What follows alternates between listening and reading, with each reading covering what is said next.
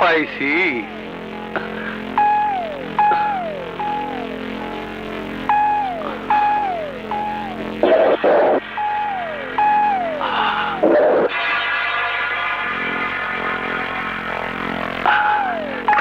বেগম সাহেবা,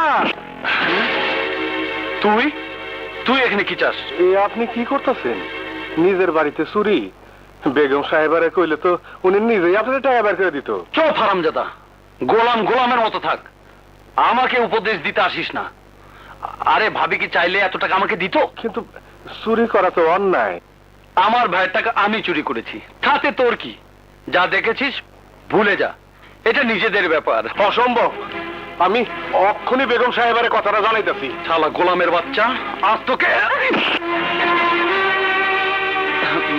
ভাবি, লজ্জা করে না নিজের ঘরে চুরি করতে? আমার গরিবের উপর হাত তোলো।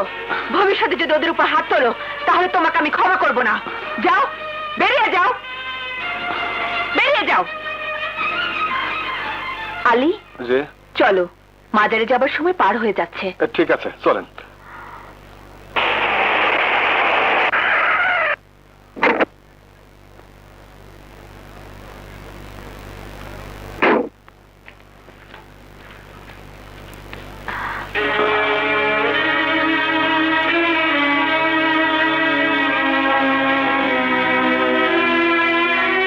কোথায় যাচ্ছ রাবু?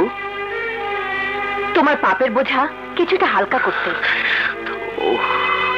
সোজা করে কথা বলতে পারো না? সারাদিন যে উল্টাপাল্টা কাজ করে বেড়ায়, তার সাথে সোজা করে কথা বলে কি লাভ? ওহ রাবু, সবসময় তোমার কথার মধ্যে একটা প্যাচ থাকে। আচ্ছা সত্যি করে বলো তো, আমাদের বিয়ের আগে তুমি কি রাজনীতি করতে? ওইসব নোংরামি তোমার ভালো লাগতে পারে, আমার লাগে না। আলী, চলো, দেরি হয়ে যাচ্ছে। শোনো, ডন কোথায়? তোমার গুণধর ভাই উপরেই আছে, চলো এসো।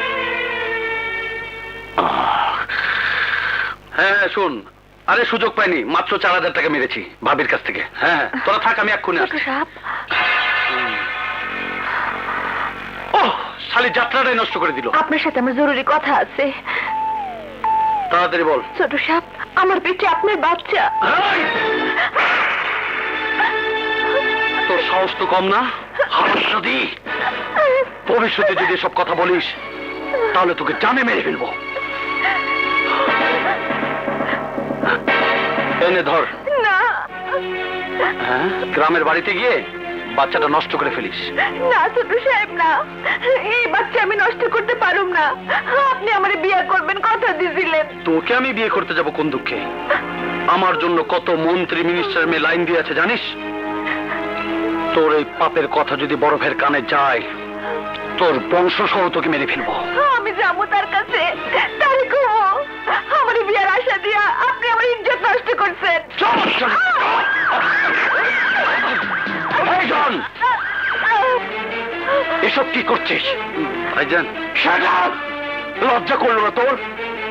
একটা এতিম মেয়ের জীবন এভাবে নষ্ট করতে? বড় সাহেব, আমারে বাঁচান বড় সাহেব। কাঁদিস না আলিয়া, ওঠ ওঠ,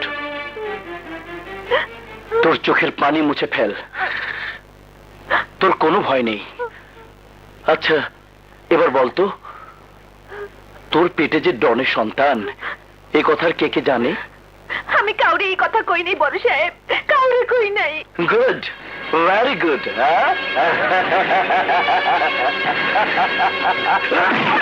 হারামজাদি, হারামজাদি, সওদাগর বাড়ির পুরুষরা এক রুমাল দিয়ে দ্বিতীয়বার মুখ মোছে না। এই, তুই জানিস না তোর মতো চাকর বাকর এই বাড়িতে আরো 10 জন আছে, যাকে ইচ্ছা তাকে আমার ভাই ভোগ করবে। তাই বলে প্রত্যেককে বিয়ে করতে হবে? তোর সব সমস্যার সমাধান আমি নিজে করে দিচ্ছি। ওই!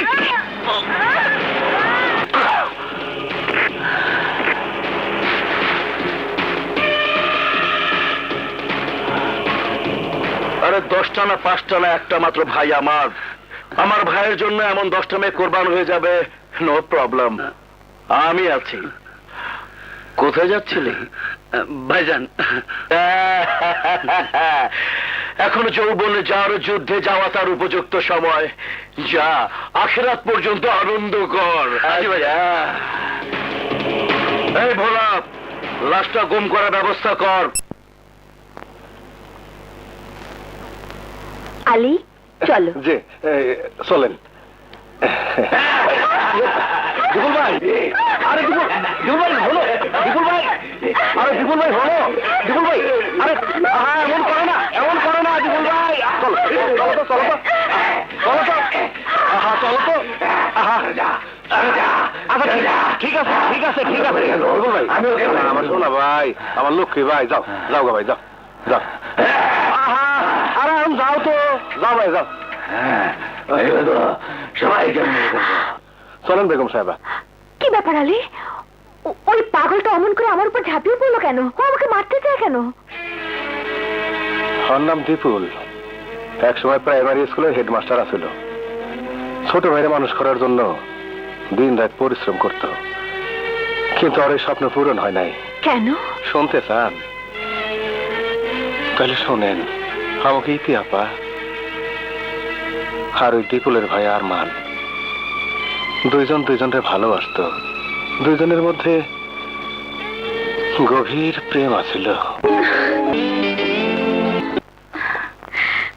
আরমান,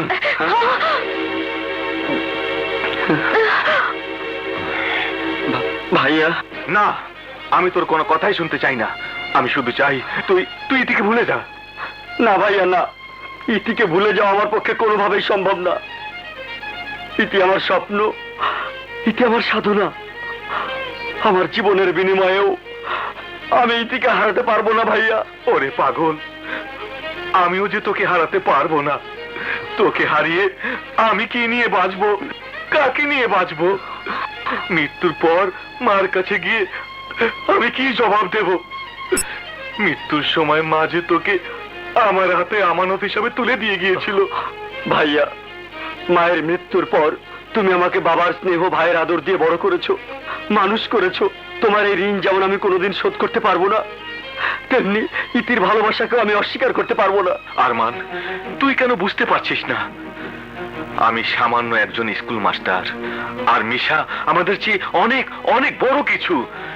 মিশাকে তুই না চিনলেও আমি মিশাকে ভালো করে চিনি। জননেতা আর সমাজ সেবকের মুখোশ পরা এক ভয়ঙ্কর হায়না ওই মিশা। সে কোনোদিনই সামান্য গরিব এক স্কুল মাস্টারের ভাইয়ের সাথে তার বোনের ভালোবাসাকে মেনে নেবে না। ভাইয়া, মিশা ভাই আমাদের ভালোবাসা মেনে না নিলেও আমাদের ভালোবাসার তিল পরিমাণ চিট ধরাতে পারবে না।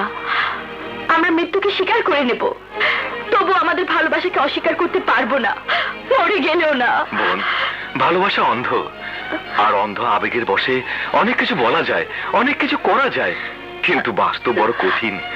আর এই কঠিন বাস্তবতাকে মেনে নিয়েই জীবনে পথ চলতে হয়। ভাইয়া, আমরা কোনো কিছুই শুনতে চাই না, কিছুই বুঝতে চাই না। মিশা ভাই আমাদের ভালোবাসা বাধা হয়ে দাঁড়ালেও আপনি আমাদের বড় ভাই, আপনি আমাদের আশ্রয়। আপনার এই স্নেহের আশ্রয় থেকে আপনি আমাদের বঞ্চিত করবেন না, আমাদের দূরে ঠেলে দেবেন না। আপনার পায়ের তলে আমাদের দুজনকে আশ্রয় দিন ভাই, আশ্রয় দিন, আশ্রয় দিন। আমি সব বুঝতে পারছি,